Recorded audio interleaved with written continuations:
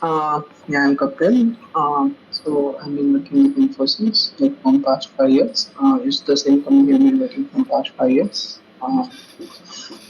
Basically, I'm working on Java Spring Boot from last five years. And so basically, in Infosys, I work for two clients. One is like Charles Schwab. Basically, it's a bank. It's a brokerage bank which does the tradings in US. And yeah, so basically in that we were helping them to build their uh, migrate their code. Basically, they were used to use COBOL language for all their backend services, and they wanted to migrate it into Java microservice architecture. So as part of another team which was doing one of the functionality, and now currently working with Apple, where I am working like we are creating an application called Sales Platform. Sales Platform is an application where we collect the data from different data sources, like basically data sources in different tables, so different DBs and different DBs which are managed by different teams, and then we collect and we store it into a database, which is single point. Okay, and then uh, we also send some notification to other teams based on the data they require. So maybe like different teams are there which are using different data, and so we are sending them the notifications at the same time. So what we are doing is we are also providing REST APIs so that if some team wants to get the data, they can directly get the data from our team rather than like pairing to different teams with different databases rather than they can use a single store point, and the search is fast because we are using indexing, like we are using Solar, which is a search based indexer, which makes our search fast. um, so yeah, we provide REST APIs with filters. So this is the thing what we are building currently. Okay. I think your voice is. So, Hello. let me ask you. You have worked on collections, multi-threading, design patterns, right? Okay. Okay. You have worked on, right? Yes. Yes. Okay. And just a minute. Okay. Okay. So, what are the design patterns you have used? Uh, API gateway design pattern is there. And we are using single store design pattern because and in previous project I used circuit breaker design pattern as well. Okay. And I know many of them, but we used is circuit breaker and single store design Okay. So, can you? pattern. Yeah, I think you have to keep your mic a little close and explain Okay, the okay. circuit breaker pattern. So basically, why we use circuit breaker pattern in previous project was we created our own logic in Spring Boot applications, and we used to call it modern. And then we have a legacy code which was used to be written on legacy, and then we have interceptors. What used to happen is that the request used to come through interceptors, and then based on our circuit, like what we used to do is like first the request will automatically go to modern, and if the request fails, like there's a timeout from to modern, and it goes to legacy. So basically, circuit breaker was used so that other threads should not wait for the threads. Like suppose there's a timeout from our application to the modern database, modern system, right? So automatically it will wait, it will break the circuit, and it will not make other threads to wait for it or go into timeout. And after some time, it will retry it. That was there, and then we were using at the same time resilience project, we so that details can happen. And also, we used to send if the request to legacy so that our flow never breaks. So this is what we used to. Circuit breaker is something like it will just break the current flow, and it will wait for the some time for the server to come. So what happens if thousands of requests are coming on, because of that server may go down, right? So if server goes up, there are timeouts again. Because of timeouts, server cannot come up because requests are coming and coming and coming. So now what can we do is we can use circuit picker, and then if the circuit gets back, server gets some time to come up, and then if it will check after some time, okay, this dog server came up, and then we can send the request again.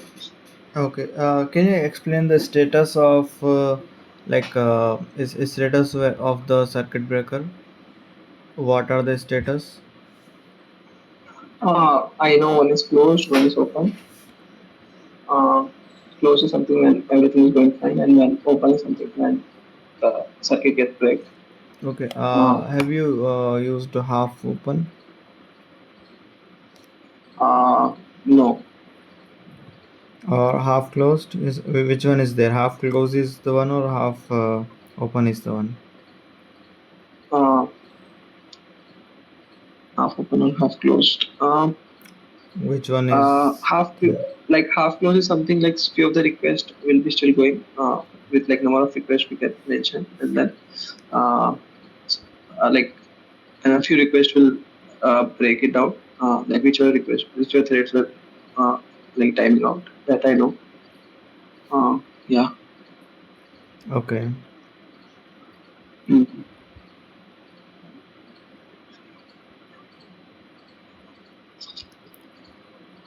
And what other uh, design pattern you have used?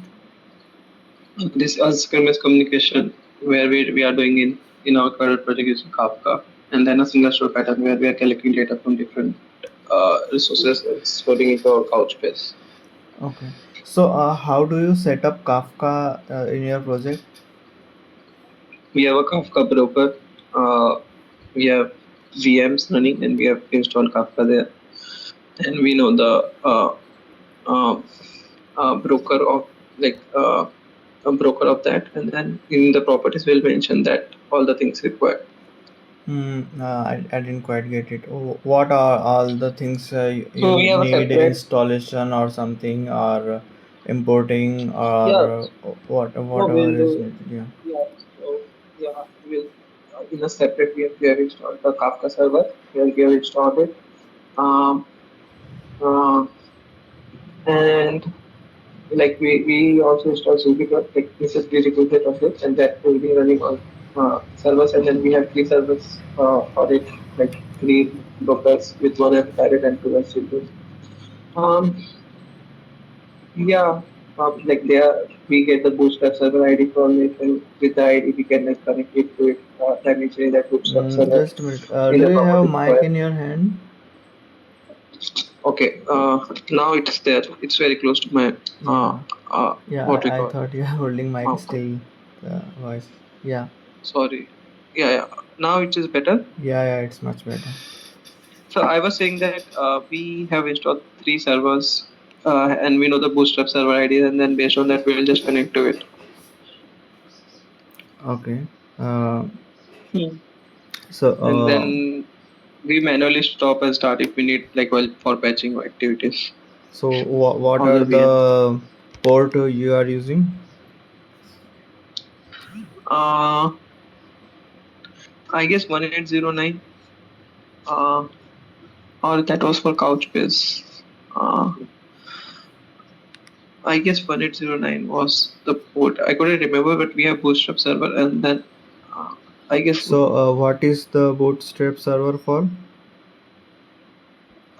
we know that okay, this is the name of the Bootstrap server, so that whenever we want to connect to our Kafka servers, right, which we have installed, we can with the help of that we can connect to our Kafka servers Okay. from our applications or from our different services where we are using Kafka to send the no Kafka from for producer like different applications where we are using producers to send it to it, and then different other teams are consuming it. Okay. Like we get the data from the DCP events, Couchbase. So basically, Couchbase has DCP events, which helps us to get the data to our services. And DCP event is something whenever insert, delete, or update happens, it will send a notification, and then we read it, and then we send it to our Kafka servers. Um, yeah, our partition servers. It will be read by other teams. Okay.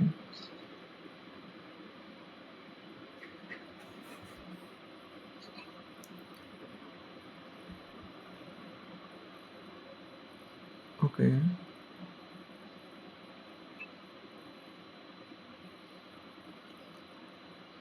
Can you explain the things to keep in mind when using the overriding?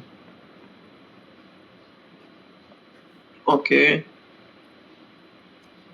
things like how do we do overriding that I know. Yeah. like things to keep in mind in the sense like Yeah. uh, What are the things like? like something maybe like we should see that uh, maybe like Can you override a uh, static method? no. Okay.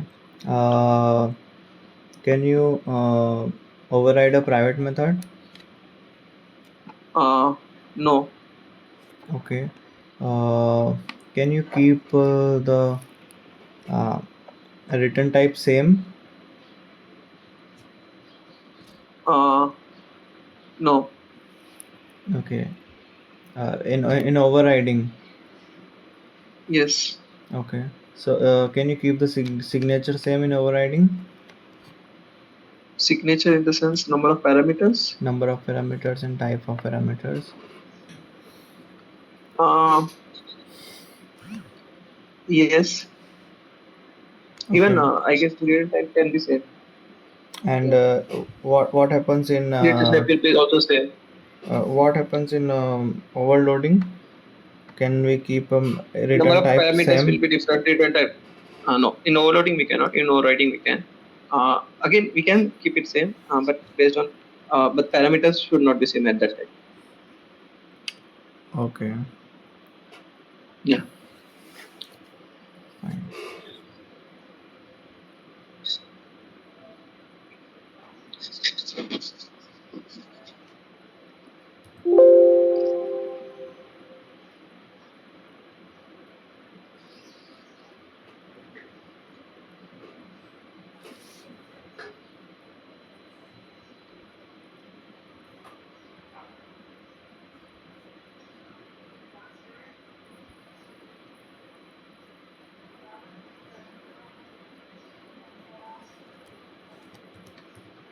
What is class loader? So basically, to load the class when we are running a Java application, class loader are there. There are three different types of class loader, like Bootstrap class loaders, which generally loads it from our lang packages and all. Uh, yeah, Okay. and then there one more class path loader where it loads based on the class path. And then if we want to create our custom class loader, we can use extends given and extend class loader, and then we can use load class with method where we can give how to load the class based on our requirement. Okay. So what is a bootstrap class loader? It's something it's which is not an object of which is not related to the it's not Java object. It's something separate, and then it helps load all the classes at the starting of the application from, like I said, right, Java or lang packages, all the basic libraries. Mhm. Okay.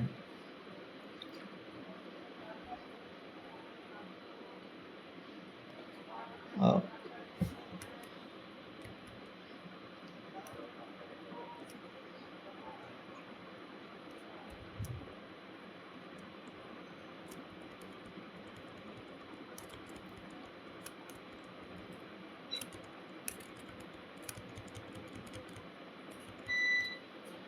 okay. So can you tell me the difference between immutable and unmodifiable collection? Immutable is something we can set it at only once, like string. Uh, like I know how to create immutable, and unmodifiable is like maybe like array list, like uh, which on like if we are doing some operation at the time and it uh, uh, yeah like the block what we call as the critical section can be like called as unmodifiable, where we are using synchronized, so this cannot be modified when we are using it. uh, that can be unmodifiable. Or I said at least if we are iterating over it, right? If we try to modify it, will throw uh, modify exception. Yeah, and immutable is something we can just create it once and set it through constructor, because everything is private other than that, and there are no getter method for an immutable class. Okay. Yeah. Uh, can you tell me the hierarchy of exception? Like Uh, maybe you can call hierarchy of throwable. yeah, like throwable is there, then we have exception and error, then we have runtime exception and compile time exception inside exception.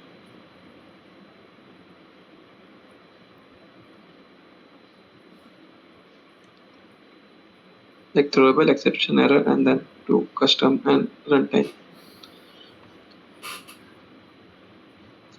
Okay, so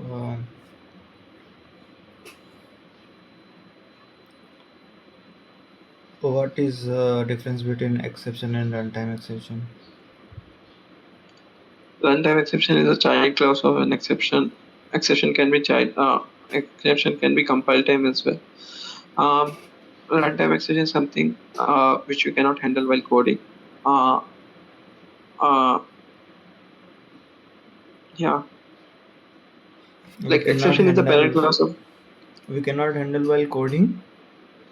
like while like like it will not throw compile like when we compile our code, it will not throw a compilation issue.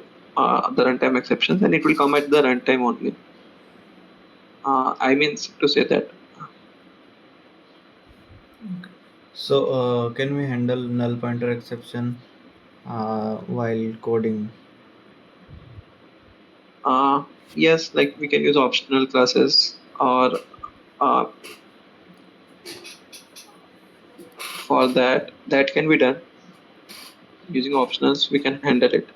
Uh, Other than that, uh,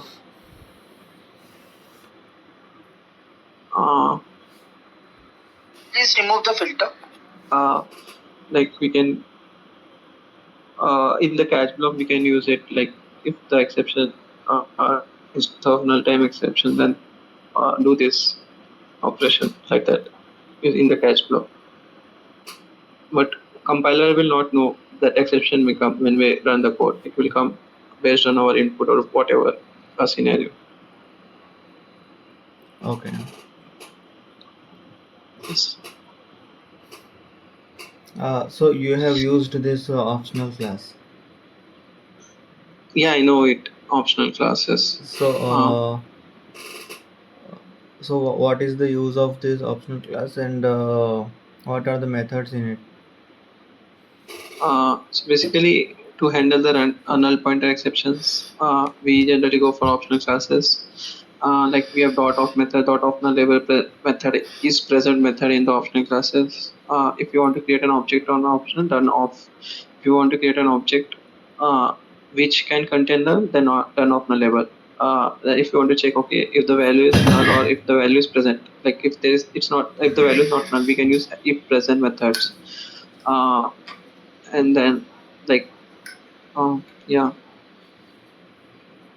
Okay. So have you used Java at datetime method, datetime API?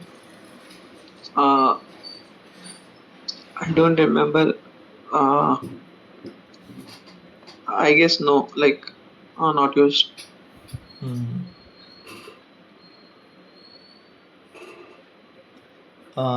Can you explain the concurrent modification exception? Yeah, like when two threads are trying to like modify the uh same uh critical section or whatever, same variable or something, then we'll get a concurrent modification exception. Okay.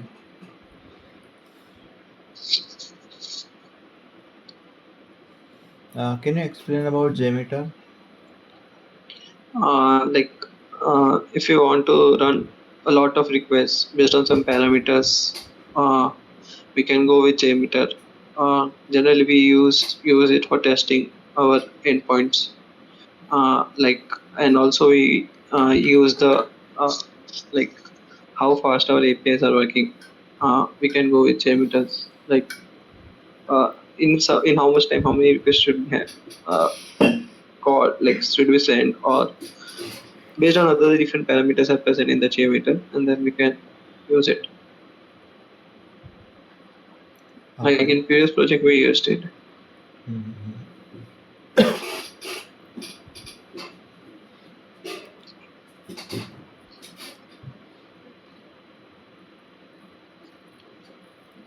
So, when you were using Kafka, did you use Zookeeper? Used in the sense we already installed the Zookeeper server and then we installed the Kafka server. So, Um, what is the use of Zookeeper in Kafka? so basically, to handle the operations of Kafka, like if suppose one of the Kafka server goes down, right, uh, then Zookeeper will allocate whom to be make the parent, right? That can be done by Zookeeper, or like we have a consumer group, right, and 10 consumers are consuming to 10 consumer group. Now one of the consumer goes down, right? Now that partition which the consumer was consuming it, right, that becomes empty. Now again redefining all the consumer group to like that empty partition to other consumers. All that operations are done by Zookeeper. uh, yeah. Okay. So, what is the difference between java.lang.error and java.lang.exception? Error is something which we cannot handle, which will terminate the process, except something which we can handle and will not terminate the process. uh, and uh, yeah. Okay.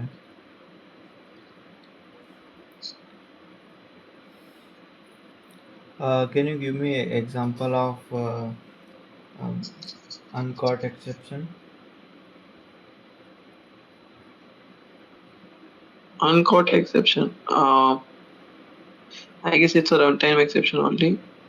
Uh, and then null pointer exception can be a uncaught exception, where we don't catch it in the like if we don't write a catch block or finally block, maybe it's an uncaught exception. Um, like any maybe I'm not sure again. I feel like Okay. any runtime exception which we, Uh, we don't catch it is an yeah. uncaught So, exception, but not sure. can you explain uh, class not found definition error and no class found exception? Uh, okay. Class not found exception is something uh, like suppose we are trying to create an object of a class, but that class is not available. Uh, we can get a class not found exception. And what was the second one? No class found error.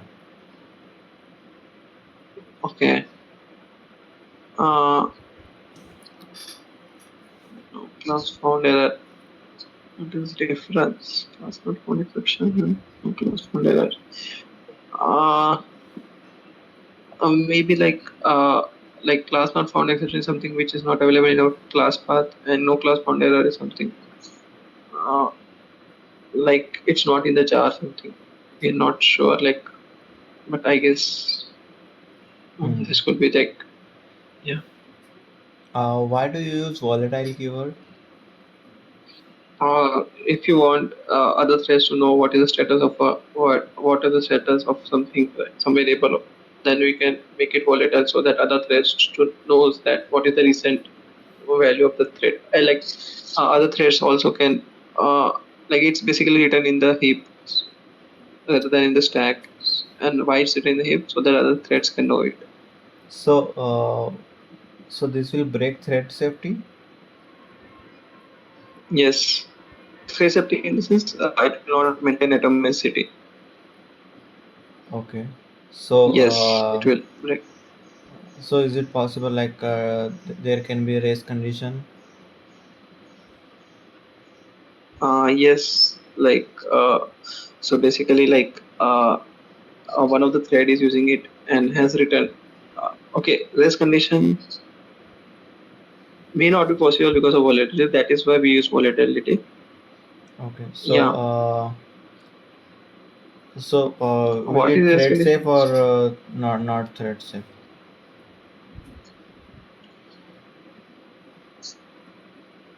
Uh, it's not thread safe, I guess. So how will you use it when you want to use it? with the help of synchronize keyword. Okay. Synchronization. So where do you use synchronize? When a critical section is there, and then we don't want other threads to, if one thread is into the critical section or using the like objects of the critical section, then we don't want other threads to modify it. Like uh, when we have, yeah, like many places in databases we can use, in caches we can use, uh, any other places also can be used when we basically when we are using like multiple threading, like uh, asynchronous operations or multiple threading, then that we can in multi-threaded environment we generally go for synchronization. Okay. Can you Yeah. explain runnable? Yeah, Runnable is a class. We need to implement it. Then only we can create a thread by overriding the run method and calling the start method. Okay. Can you use a lambda and can you share can you share your screen and write this creating the thread using runnable in lambda? Okay.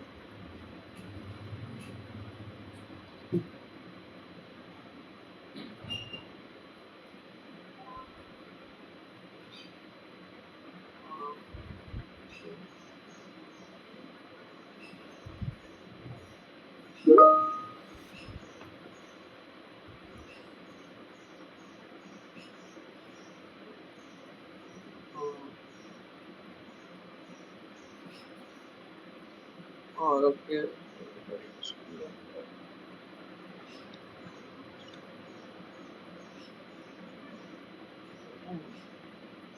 Uh,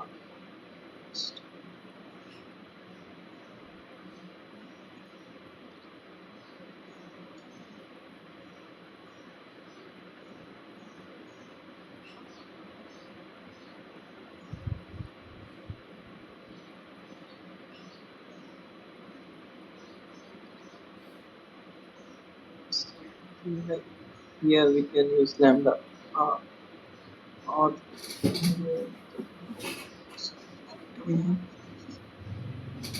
or maybe it's like set or start, and then that time when creating it, we can use like uh, uh, okay,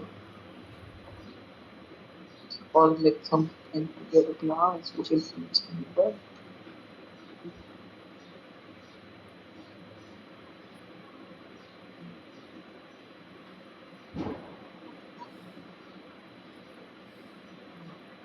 Are you creating object of runnable? yes. So what is runnable? Uh, it's an interface. Then okay, like I need to implement its method. Um, and then get an object So of it. what is the use of lambda? Uh, yeah, so this is a what we call uh, interface with one abstract method, and then if you want to directly call the method of it, uh, then we can use lambdas. It has a abstract method run, so I can use lambda to call the abstract run method. Uh, it's a functional interface. Okay, now, uh, okay, maybe like uh, I can create a class something and which implements runnable. Okay, uh, and then now I need to override the run method, but I can use how can I use lambda to override this run method? Uh, Okay. So what is a lambda? uh, like it's a functional programming way where we can call the abstract method uh, uh, directly Yeah, I guess. of that interface. And yeah, and again it has some rules like it helps us to reduce the number of lines where don't need to mention the return type, we don't need to mention what type of the variable is, just mention the So, variable and it will how it is automatically implemented internally? uh, implemented internally. Uh, okay, so maybe I guess uh, it calls the abstract method and like we- okay, like dot up, like we have this uh, functional interfaces, uh, methods like apply or like boolean test or something. Therefore, functional interface methods, and we can call them, and based on like which set of bits that will call that method. Yeah, Okay. So, what is marker interface? uh, like it doesn't have any method, but it's like okay, like serial. It will tell okay what actually we are going to do. It will it's better for better coding, and then it will helps us to tell okay this class with this something does this to tell the functionality to us or to the reader who will be reading it in future, or to us only, so that if we are going to do anything in future, so we can okay this has implemented this interface. Okay, now uh, mostly this class will be doing this functionality there. Okay.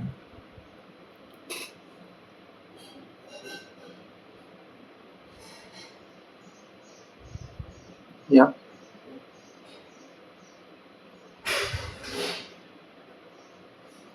Uh,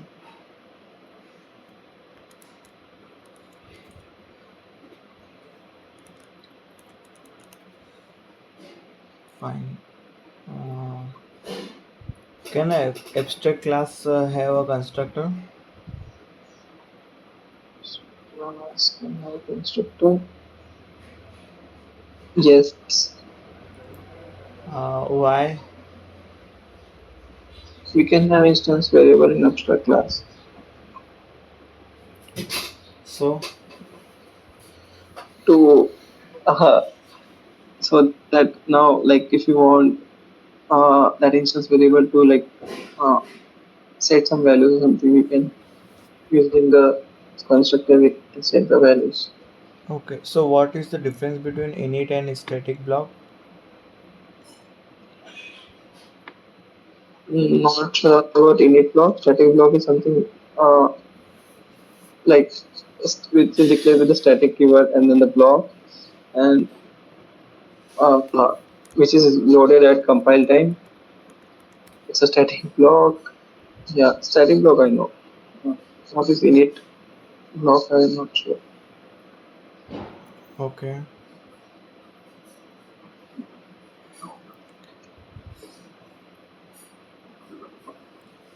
Suppose you have a string, okay, and you want to find first non-repeating character. I have a string and I need to find first non-repeating character. Yeah, how will you Uh, approach it? Without Java, I can do using hashmap. Uh, like one of the way will be like for n square solution where I'll take a character and then search continuously. And if there is if there another occurrence, I'll just break and keep on doing until I doesn't find a character which doesn't have any occurrence. Or I can use hash map with character as the key and then count and get this count like check, or like hash set cannot be also used where I'll be putting into the hash set, and if uh, uh, like uh, uh, I know okay this I'll find okay hash map is fine where I can use a character and the count of it, and then I'll just check this count is zero. Like I'll again travel the street. I'll take the first click. I'll check in the hash map. Okay, whether this hash map character has count greater than one, then don't use it. If it is one, then that is first non-repeating character. And then there's a way we can do it using Java 8 also, like using strings. But internally, it is same thing only. We are using group by. Group by is something which will create a hash map only, and then we'll just check the count whose count is one. Like we sort it, and then we'll check whose count is one, like that. So with Java 8 also we are doing the same thing. Okay, Yeah.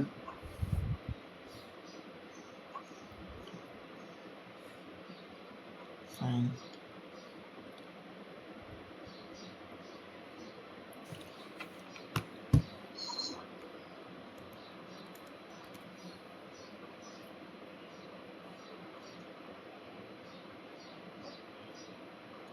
Uh, how the memory is managed in Java? We have JMM where model where like uh, we have heap and stack wherein heap all the uh, new keywords and the variables which may be long used are stored, whereas we have stack which are mostly related to threads and uh, whatever variable of the particular thread that will be stored, and then we have garbage collectors. We have like in the garbage collectors we have two types, like old generation and new generation. Old generation is something which will be keeping it will which will be used for a long time. So basically, what happens is garbage collections runs mark and sweep method on the new generation, and which are garbage collected, they are gone, and which are not garbage collected. So garbage collected things, okay, they are like can be used in long run. Like after 2 3 months, if it will understand, okay, this variables will be there for a long time, and then it will just move them to old generation. Uh, and then after a period of time, it will also try to garbage collect inside the old generation. Uh, yeah. Okay.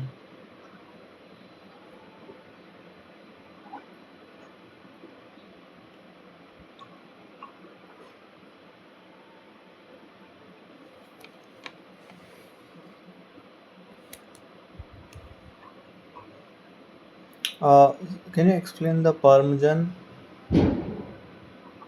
Collision. permanent generation? Uh, Not much sure. Garbage collection on the right. It's like uh, I guess implemented in Java 9, right? Uh, Java 8. Memory okay. management changes in Java 8. Uh, uh, One thing I know is like uh, so like we have weak references that are garbage collected fast, and soft references will be garbage collected if the memory is going to full, like cache. Uh, So New permgen garbage and collection. metaspace. You know metaspace? Uh, yeah, based on like metadata of that particular things, particular class or variables, but not sure about new generation garbage collection, like new garbage collector which we used after Java. Uh, I couldn't remember actually. Okay, no problem.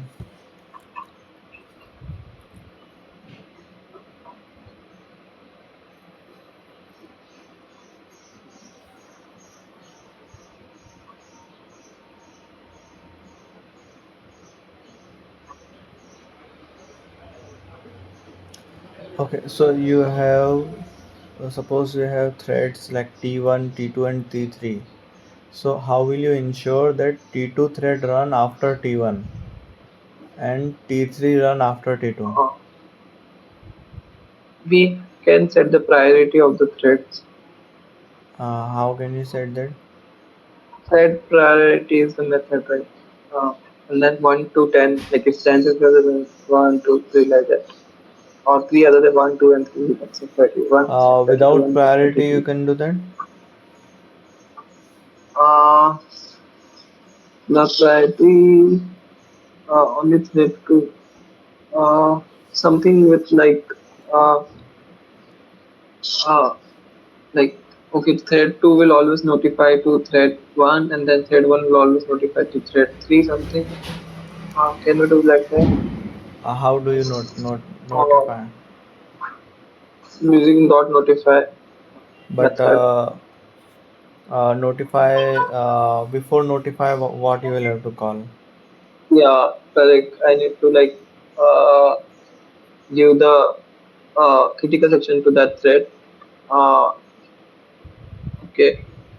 Uh, or like I need to allow it like maybe like how to like I need to allow it like I can use semaphores. Can I? No, but or lock or something. How will I make that thread? Okay. You like other threads will notify each other, and uh, only thread 2 should go to the critical section first. Um, this we can use priority. Uh, we can wait for the we can call wait to So other threads. why do you use notify? Okay, to notify other thread that you can take the control from me. Okay, but If some of the thread is if sleeping or something. control is already at, can you write T1, T2, T3 there? Okay. Yeah, I understood. How will thread to notify? Yeah. So Like, so we how will want you first tell ask something if we can use T1 dot sleep and then T3 dot sleep something and then we have T2 uh, or okay. um, So yeah, what is lock? lock is something uh, we have a permit method and then we only allow like one thread uh, like uh, uh, like we'll lock it if they like okay we will allow how many number of threads can be used mostly then by lock will allow only one thread. So what will happen is whenever thread uses that resource we'll lock it, and then because of that no other threads can use the resource, and then we unlock it when the thread which was using it uh, so that Okay. other threads can now enter So and then they can use it. yeah. So what is the join method? um,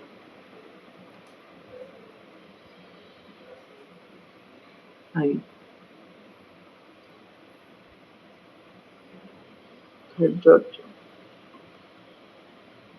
like whatever is the output of this thread will be passed to the other thread out to the other thread. Not sure. Okay.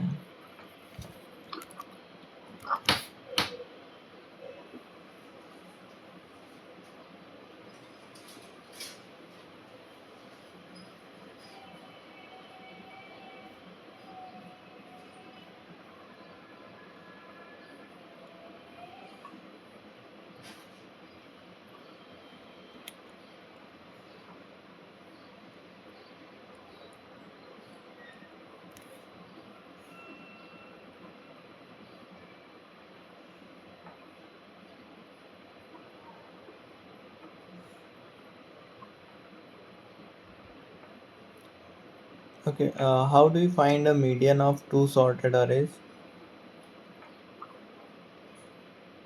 Median is the uh, what is median? Like mode is something which is biggest number, mean is average of them, and median is the middle number, right? Yeah. Middle number is the median, right? Hmm. Okay. Now median of two sorted array means suppose I have 1 to 5 and I have one 1 to 4. So 5 plus 4 is 9 and 9 divided by 2. Like fourth or fifth element should be median, right? This is what the question is. Mm-hmm. Right. Okay. So I'll just count the size of both the arrays. I'll get the number which will be the median, like the count number, like which will be median, and then I will use uh, like two pointer approach, uh, parallelly traversing both the arrays, like whichever number is shorter traverse first, and then whenever I will found that position, that number is my median. Okay, fine. Uh, yeah. So, Kapil, I'm done from my side. Do you have any question? Uh, like yeah, like any feedback, something, uh, anything to be improved. Like I was saying. Okay. I'll tell Abhishek. Okay. Abhishek will let you know. Okay, okay. Yeah. Sure. Um, yeah. Anything Thank else? you. No. Thanks. Thanks for joining. Thank you. Yeah. Thank you.